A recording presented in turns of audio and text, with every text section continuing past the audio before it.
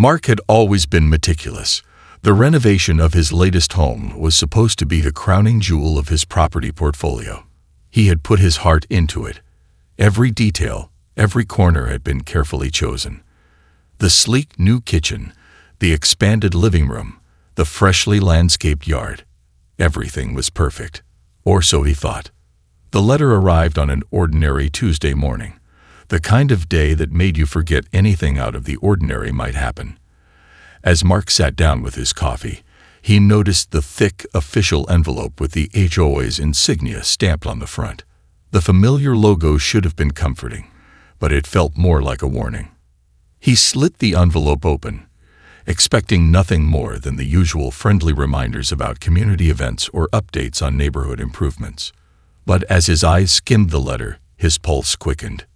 Your recent renovations at property address have not been approved by the Homeowners Association.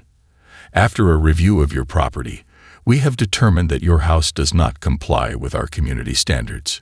Mark blinked. What? He read the words again, disbelief turning into frustration. This was a joke, right? He had followed every rule, filled out every form, and even gone above and beyond to ensure everything was up to code. No one had told him there were any issues. So why now? Why this? But as he read on, the words became sharper. There were no specific violations listed, just vague references to non-compliance and a demand to restore the property to its original state. The request came with a hefty fine for each day the home was considered in violation. The letter ended with a threat. Failure to comply will result in legal action. Mark dropped the letter onto the kitchen counter, his hands trembling. This wasn't just a simple mistake. This was a challenge. He could feel the weight of it settling over him, a pressure that felt personal. His mind raced. Who would do this? Who would go after him like this, in a neighborhood he had invested in for years? He tried to steady his breathing, forcing himself to think logically. This was his business, his livelihood, and he wasn't about to let anyone sabotage it. But who was behind this? Who had the power to hit him where it hurt? The HOA had always been strict, yes, but this was different. This felt like an attack. Mark had owned properties in this neighborhood for years, and not once had he encountered such hostility. It was almost as if they were waiting for an excuse to bring him down. And then, as he stood there staring at the letter, it hit him, a horrifying thought. What if this wasn't about the house at all? What if this was about him, personally? Mark's reputation in the area had been spotless. He was the landlord everyone knew and trusted. So why would the HOA go after him like this with such vindictive force? Before he could dwell on it further, his phone buzzed on the counter. It was a message from his lawyer. Call me when you can. We need to discuss something important about your properties in this neighborhood. A cold chill ran down Mark's spine. His lawyer rarely reached out with such urgency. Mark's fingers tightened around the phone. This wasn't a simple HOA dispute. This was the beginning of something far bigger. He wasn't sure what game the HOA was playing, but he was certain of one thing. It was time to find out. And he would not back down without a fight. The stage was set, and Mark had no idea yet how deep the game went or how high the stakes would become. But he would soon learn that this was no ordinary battle. This was a war. The phone call from his lawyer lingered in Mark's mind like a dark cloud. He paced his office, his thoughts racing. What could possibly be so urgent about his properties, and why had the HOA targeted him in the first place? His stomach twisted in knots as he considered the implications. He needed answers. Now. Without wasting any time, Mark called his lawyer, Sarah, who answered after only a few rings. Her voice was calm, but there was an edge to it he hadn't heard before. Mark, I've been looking into the HOA's recent activities, Sarah said, and I found something disturbing. I think you should sit down for this. Mark sank into his chair, his fingers gripping the armrests. Just tell me, Sarah, what's going on? There was a brief silence before Sarah spoke again, her voice low. The HOA isn't just enforcing regulations anymore. They'd been making deals behind the scenes, deals that involved taking ownership of properties in this neighborhood. Mark felt his breath catch in his throat. Taking ownership. He didn't understand. The HOA had always been strict, but never this ruthless. They're targeting you specifically, Sarah continued. I've gone through some of their recent minutes, and it's clear. They want to pressure you into selling your properties at a discounted rate. They've been using the power of the association to manipulate homeowners into complying with their demands, and I think you're the next big target. Mark's mind reeled. They want me to sell. He had built his empire here, one property at a time. Selling wasn't an option. But why him? Why would the HOA suddenly take such an aggressive stance? Sarah, are you saying they've been doing this to other homeowners? Mark asked, his voice tight with disbelief. Yes, she replied. But you're a bigger fish. I've found evidence that they've been trying to force owners out of properties under the guise of violations like yours. It's a pattern. They'll fine you, then pressure you to sell, claiming it's the only way to avoid further fines or legal action. Mark's pulse quickened. He wasn't just dealing with a petty dispute. This was a full-scale operation to seize control of the neighborhood. The HOA wasn't just trying to enforce rules. They were trying to take over, and Mark had unknowingly stepped into their crosshairs. Is there anything I can do? Mark asked, his voice a little hoarse. There is, Sarah said, her tone sharpening. But we need to move fast. I'm going to need you to meet with some of the other homeowners. This isn't just about you anymore. It's about everyone in that neighborhood. If we can prove this is a coordinated effort, we can bring the HOA down. But you have to be careful. There are people on the inside. People who are likely feeding them information about your properties. Mark's blood ran cold. People on the inside. That meant someone close to him, someone he trusted, was working against him. The thought was maddening. Who could it be? He scanned his mind, thinking of the tenants who had been with him the longest. Could one of them have turned on him? Or was it someone in the HOA's orbit, someone he hadn't suspected? Mark, Sarah said, interrupting his thoughts. We need to gather evidence. I'll start digging into the HOA's financials. You need to start talking to your tenants, your neighbors. Someone must know something. We can't let them get away with this. The conversation ended, but the fear and uncertainty lingered like a shadow. Mark sat at his desk for a moment, lost in thought. He built a life here. He trusted the community, the HOA even, to maintain some semblance of order. Now he realized it wasn't just about the house. They were after everything he had. The neighborhood, the properties, his reputation. All of it. He stood up and walked to the window, staring out at the row of homes lined up like dominoes. His eyes narrowed. If the HOA thought they could intimidate him into submission, they were sorely mistaken. He wasn't about to let them steal his hard work, not without a fight. But the deeper he looked into this conspiracy, the more questions arose. Who was behind the curtain? And how far were they willing to go to bring him down? One thing was certain.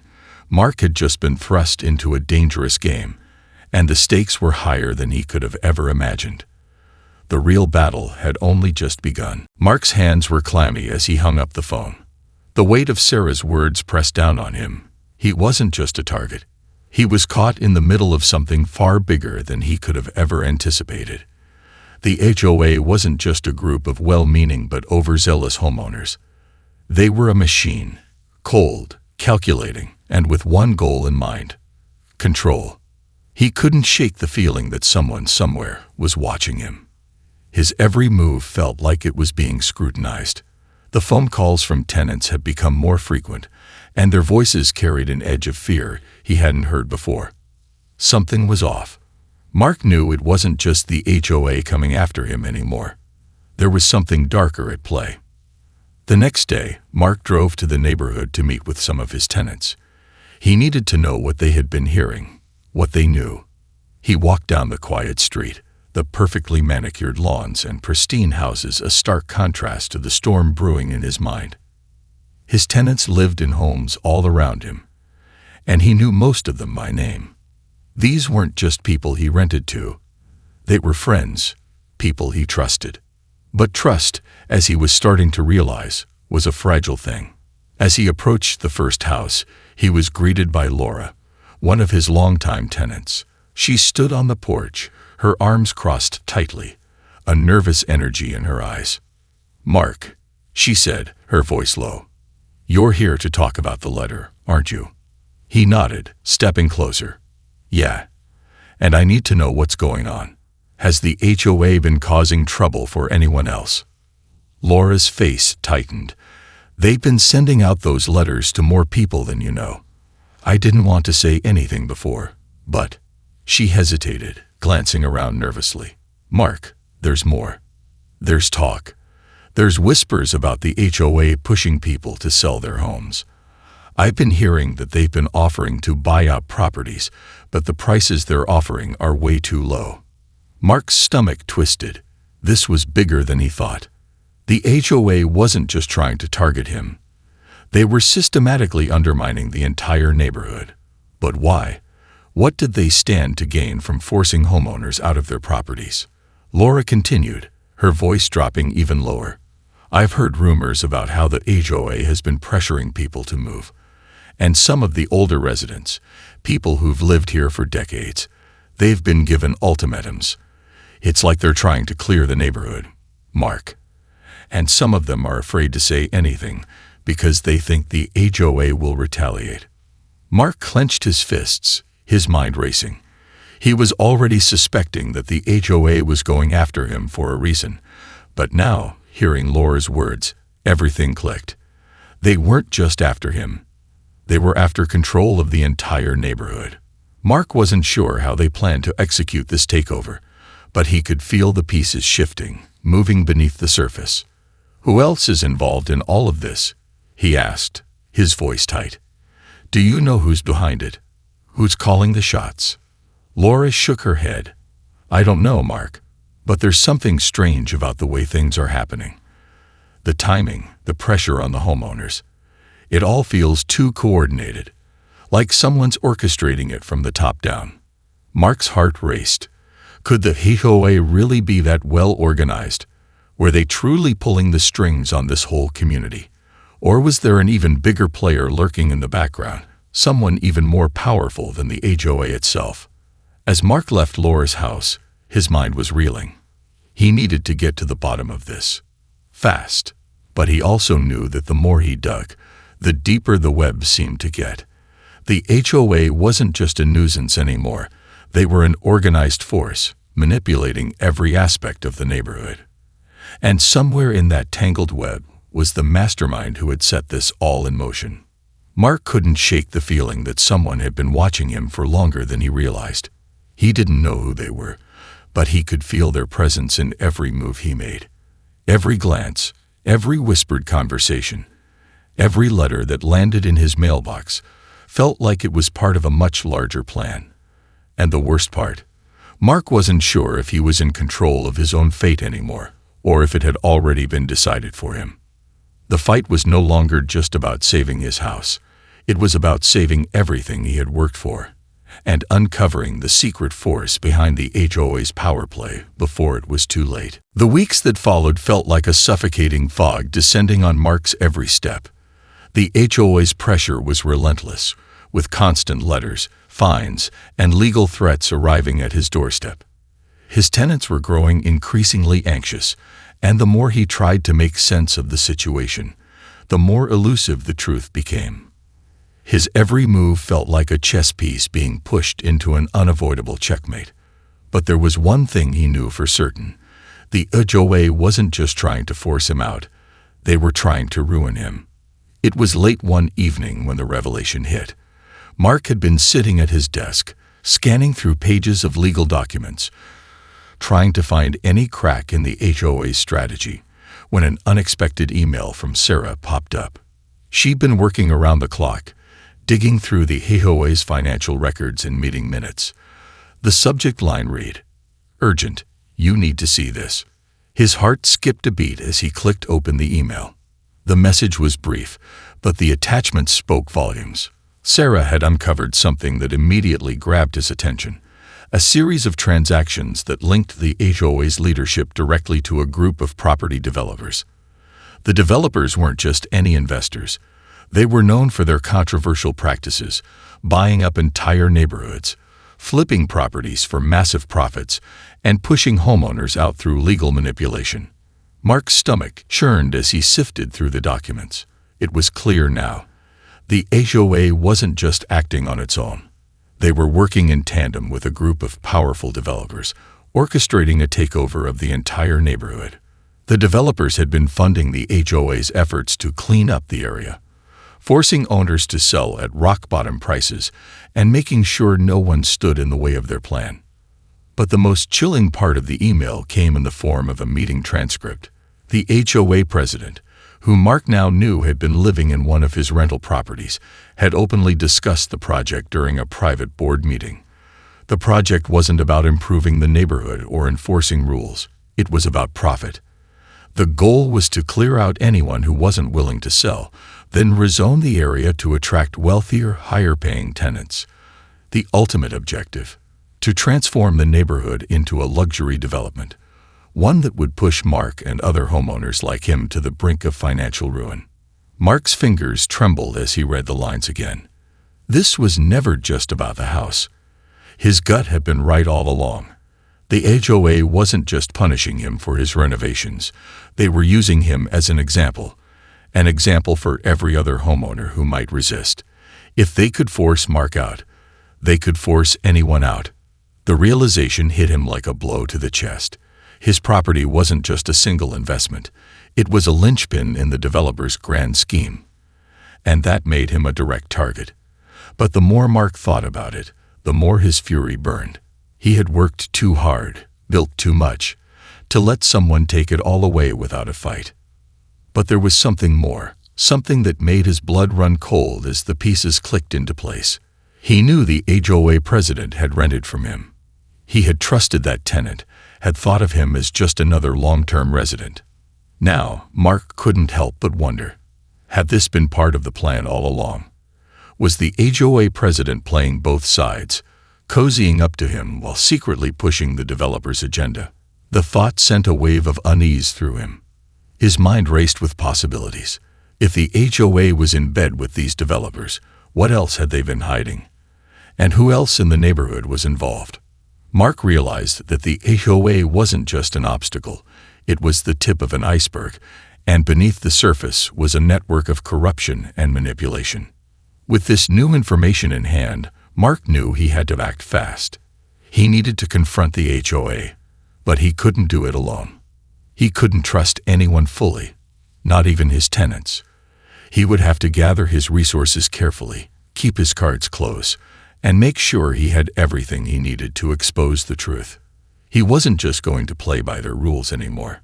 This was no longer just about protecting his home. This was about taking back control of his future. And if it meant bringing down the HOA and its powerful backers in the process, so be it. The battle for the neighborhood was heating up, and Mark wasn't going to back down without a fight. The weight of the truth hung over Mark like a storm cloud, each passing moment thickening the tension in his chest. The pieces were finally coming together, and the chilling picture they painted was unmistakable. The HOA wasn't just an irritant or a rogue group. It was a weapon wielded by powerful forces who wanted to control everything he had worked for. He couldn't let them win, not without a fight. The first step was obvious. Mark needed to confront the HOA president, who he now realized had been playing a double game. If there was one thing he was sure of, it was that the man was at the heart of this conspiracy. But Mark couldn't afford to be reckless. His every move needed to be calculated. The developers and HOA board members had been pulling strings behind the scenes, and he couldn't risk making a misstep that would tip them off. Mark sat in his office, staring at the list of names on the HOA's board. He knew the president, Trevor Collins, intimately. After all, he'd been renting one of Mark's properties for years. They'd exchanged pleasantries on occasion, talked about neighborhood improvements, but Mark had never suspected a thing. Sarah's research had uncovered something that Mark hadn't expected. Collins was more than just a figurehead in the HOA. He had direct ties to one of the developers, someone Mark had heard of, but never interacted with. The developer, a man named Richard Albright, was known for his ruthless tactics in acquiring distressed properties, flipping them for millions. Albright was the mastermind behind the real estate project that would transform the neighborhood, and Trevor Collins was his inside man. Mark's pulse quickened as he formulated a plan. He needed to take the first strike, expose Collins for who he truly was, disrupt their operation, and create a ripple effect that would send shockwaves through the HOA. But to do that, he had to get to Collins directly. There could be no middleman, no more waiting. After hours of research and careful planning, Mark managed to track down a lead. One of the HOA board members, a woman named Jennifer, was known to be dissatisfied with the current leadership. Rumors had circulated that she didn't approve of the shady dealings, though she had remained silent, likely out of fear of retribution. Mark saw an opportunity. He reached out to her, careful not to raise suspicion. The conversation was brief, but the tension was palpable on both ends. Jennifer was hesitant, but Mark pushed, appealing to her sense of justice. After a long silence, she agreed to meet. The rendezvous point was a quiet coffee shop on the outskirts of town. Mark arrived early, his mind racing with questions. If Jennifer had information about the HOA's dealings, this could be the break he needed to expose the entire operation. The minutes ticked by as he waited, every second feeling like an eternity. Then, finally, she walked in. Jennifer looked around nervously before spotting Mark and sliding into the seat across from him. She was tense, but there was a fire in her eyes, a flicker of defiance that told Mark she was ready to take action. "I don't know how much help I can be," she began in a low voice, scanning the room for eavesdroppers. "But I've seen enough. Trevor Collins isn't who he says he is. The HOA board, none of us have any idea how deep this goes, but I've seen documents, transactions, all tied to Albright." Mark leaned forward, his heart pounding. "Do you have proof?" She nodded. "I have copies of the meeting minutes where Collins and Albright discuss plans for the neighborhood. There's more, emails too, showing they've been using the HOA to push homeowners out. They've been manipulating zoning laws, bypassing regulations. It's all here." Mark's breath caught in his throat. This was the break he needed. But as he took the stack of documents from Jennifer's trembling hands, he couldn't shake the feeling that this was just the beginning. The more he uncovered, the darker the picture became. "There's one more thing," Jennifer added, her voice shaky. "Collins has been meeting with a few of the homeowners. I'm afraid he's been trying to turn some of them against you. He knows you're a threat to his plan." Mark's stomach dropped. Betrayal. It was the last thing he had expected. But now he understood. The HOA's reach was farther than he could have imagined, and they had been sowing distrust among his tenants, his neighbors. Mark needed to act quickly. Every second was a risk. He stood, his mind already racing with 100 plans. "We'll expose them all," he said, determination hardening in his voice. "They've underestimated me. I won't back down."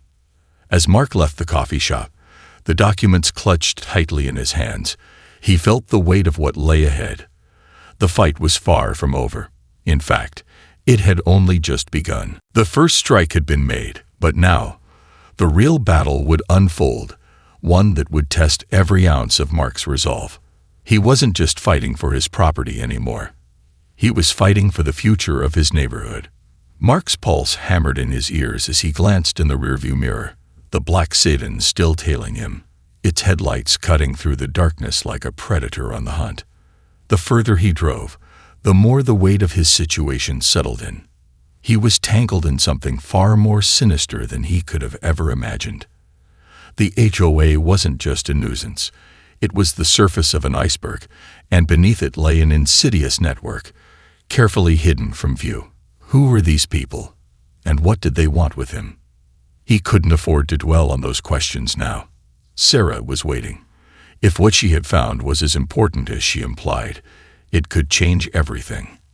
With his heart racing, Mark pulled into the dimly lit parking garage behind Sarah's office, glancing around before he exited the car. The sedan didn't follow him inside, but Mark wasn't fooling himself. He knew it was only a matter of time before someone came for him. Sarah's office was on the second floor of an old building, the kind that felt like it had witnessed more than a few shady deals in its time. Mark took the stairs two at a time, the weight of his shoes echoing in the silent stairwell. He had no idea what he was walking into, but the gnawing feeling in his gut told him it wasn't good. He knocked on Sarah's door, a sharp rap that sounded louder than he intended. A few moments later, the door opened, and Sarah motioned him inside. She looked worn, bags under her eyes, but there was a fire in her gaze that Mark recognized immediately. She had uncovered something big. "Close the door," Sarah said, her voice low. Mark obeyed, his mind racing. What was so urgent? As he sat down across from her, Sarah handed him a folder, the edges slightly frayed. Mark could feel his heart skip a beat as he opened it. Inside were new documents, blueprints, financial statements, and a series of disturbing emails. "This is it," Sarah said, leaning forward. "I've been digging deeper into the developers behind the HOA's operation, and I found something shocking." Mark's eyes scanned the papers, his brow furrowing. It was a list of property owners, including many of his neighbors, all marked with potential buyout notes. But there was more. A few names stood out, names that Mark didn't recognize at first, but then it hit him. They were connected to influential figures, city officials, and a few high-profile real estate moguls. People with money, power, and no problem stepping on anyone to get what they wanted. "The developers aren't just interested in this neighborhood," Sarah continued, her voice trembling slightly. "They're planning something much bigger. This entire area is scheduled for redevelopment. They want to transform it into a luxury complex, a place for the city's elite to live, at the expense of everyone else." Mark's mind raced as the pieces clicked together. So this wasn't just a neighborhood dispute. This was about the land itself. But the developers weren't the only players. They had people in positions of power, influencing decisions at every level. This wasn't just real estate. It was politics, power, and greed all wrapped up in one. And Mark was right in the middle of it. "Look at these emails," Sarah said, flipping to the next page. "They're discussing how to pressure property owners to sell, using fines, threats, and even blackmail. Some of these homeowners don't even know what's happening to them. And the worst part, they'd been grooming people inside the HOA to make sure the neighborhood falls into their hands." Mark stared at the screen in disbelief. "So it's all rigged," he murmured, the realization hitting him like a punch to the gut. The HOA had been the first layer of the plan, the perfect facade for the developers to manipulate homeowners without raising suspicion. But now Mark understood. The whole neighborhood was a chessboard, and he was just one piece they were trying to move. "There's one more thing," Sarah said quietly. "I found a reference to a meeting, an off-the-record one. It's scheduled for next week. The developers, the HOA board members, and a few key city officials are all supposed to meet to finalize the next phase of the project." Mark's pulse quickened. What kind of meeting? Sarah looked up at him, her eyes dark with concern. "A final push. If they succeed, they'll have full control over this area. And you'll lose everything." But that's not even the worst part. Mark's mind raced. What was worse than losing everything? "I believe," Sarah said slowly, "that this meeting could reveal who's really behind the curtain.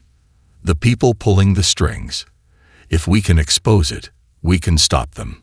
Mark stood up abruptly, the adrenaline coursing through his veins. This was it, the moment he had been waiting for. He wasn't just going to fight for his house anymore. He was going to fight for the entire neighborhood. But as he reached for his jacket, a chill ran down his spine.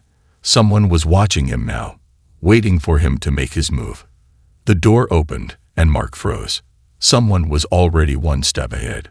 Mark's heart pounded in his chest as he froze, staring at the shadowy figure in the doorway. He hadn't heard anyone approach, hadn't even noticed the subtle creak of the floorboards. His pulse quickened as the person stepped forward into the dim light of Sarah's office, their face obscured by the darkness. "Whoa," Mark started, but the words died in his throat as he recognized the silhouette. It was Trevor Collins, the HOA president, but something was different about him. His usually calm demeanor was replaced with an unsettling tension, his eyes narrow and calculating. "Mark." Trevor's voice was smooth, almost too calm, but there was a sharpness in his tone that made Mark's skin crawl. "You've been busy." Mark's breath caught. The hair on the back of his neck stood on end. How had he found them? Sarah stood up slowly, her hand hovering near the drawer of her desk. Mark could sense the danger in the air, the way it had shifted from an unexpected confrontation to something much darker. "Trevor, what are you doing here?" she demanded, her voice more defiant than Mark had ever heard it. Trevor smiled, but there was no warmth in it. "I was wondering when you'd get around to looking too closely, Sarah. You should have stayed in your lane." Mark's mind raced. Was this a coincidence? Or had Collins been keeping an eye on them, aware of their investigation?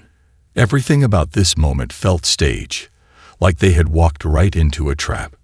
"You've been playing a dangerous game," Trevor continued, stepping further into the office.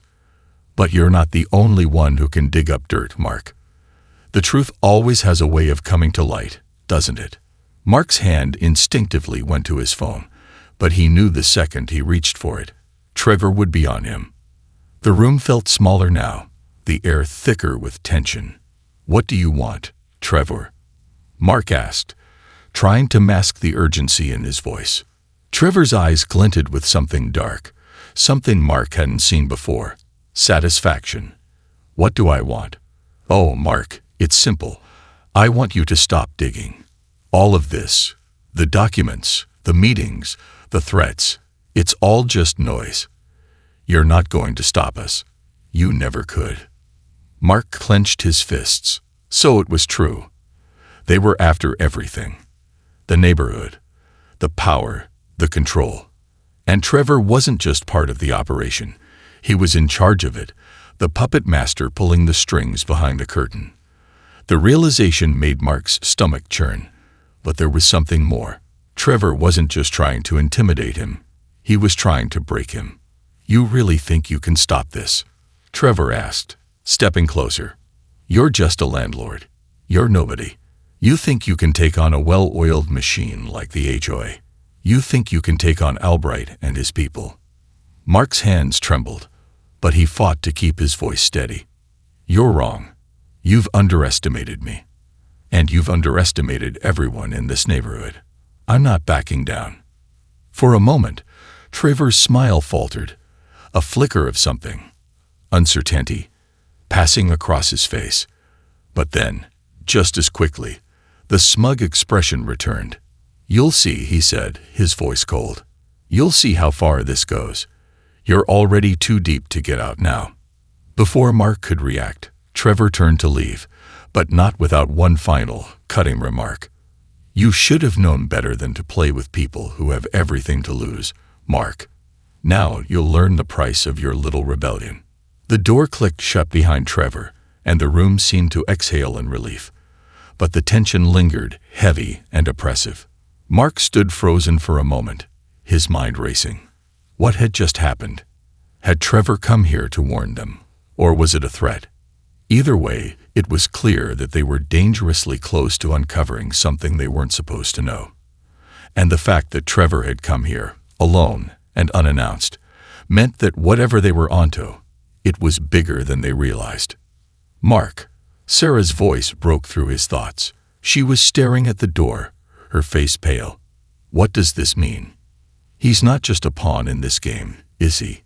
Mark swallowed hard. "No, he's the king." Sarah nodded, as if absorbing the weight of his words. "We need to act fast. He's already moved against us. He's watching every step we take now." Mark's mind was a storm of possibilities.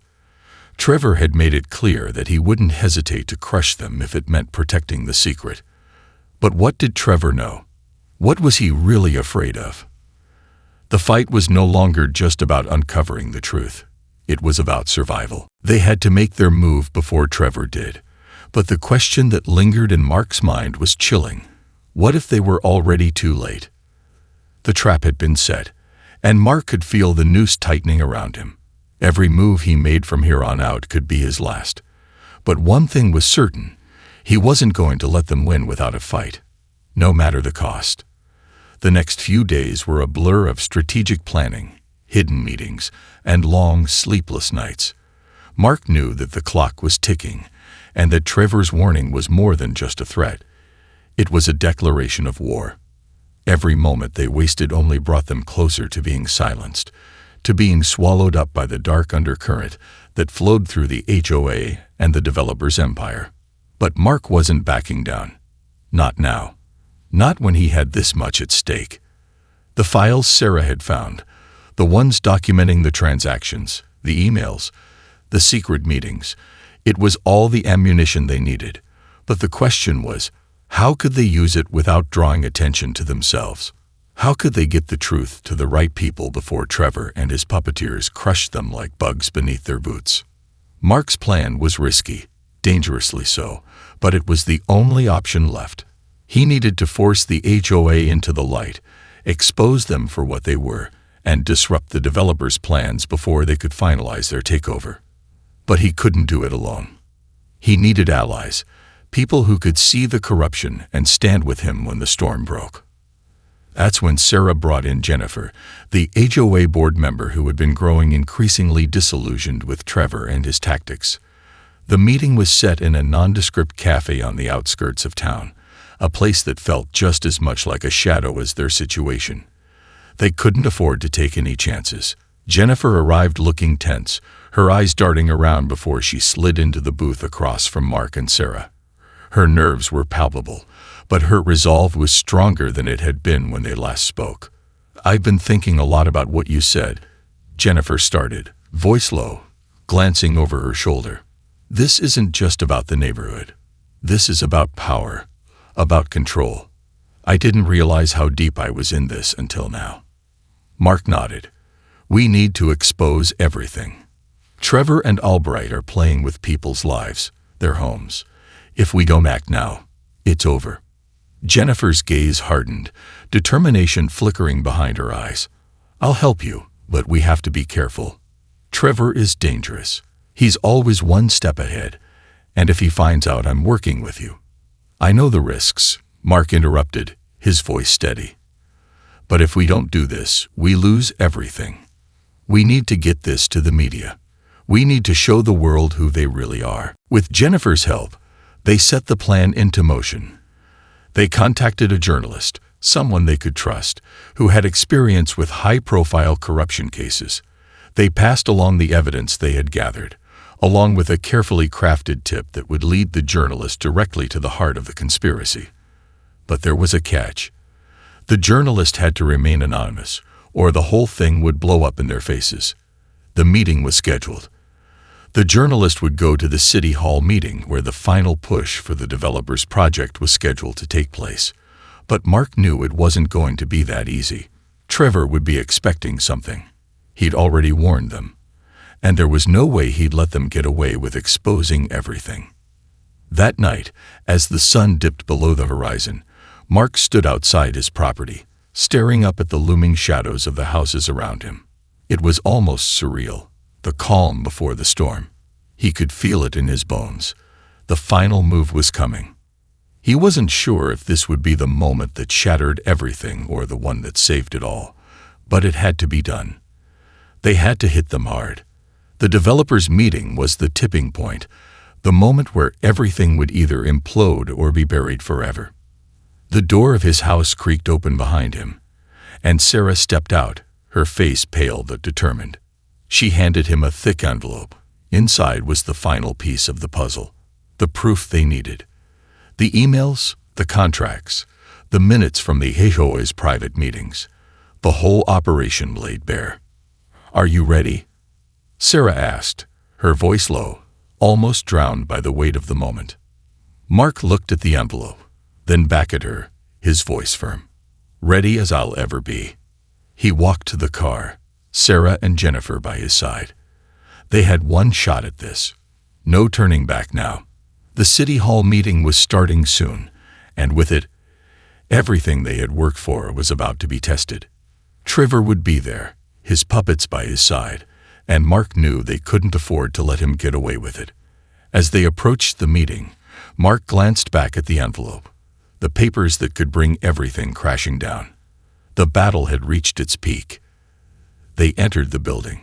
The air inside was thick with tension, the weight of what was about to unfold hanging over them like a storm cloud. The doors to the council chambers swung open, and Mark felt a chill run down his spine. In the middle of it all, Mark spotted Trevor Collins standing with his usual air of confidence, except now Mark could see the crack in his armor. The pieces were falling into place, and Mark, Sarah, and Jennifer weren't just pawns anymore. They were players. The final move had been made. And now Mark was ready to watch it all come crashing down.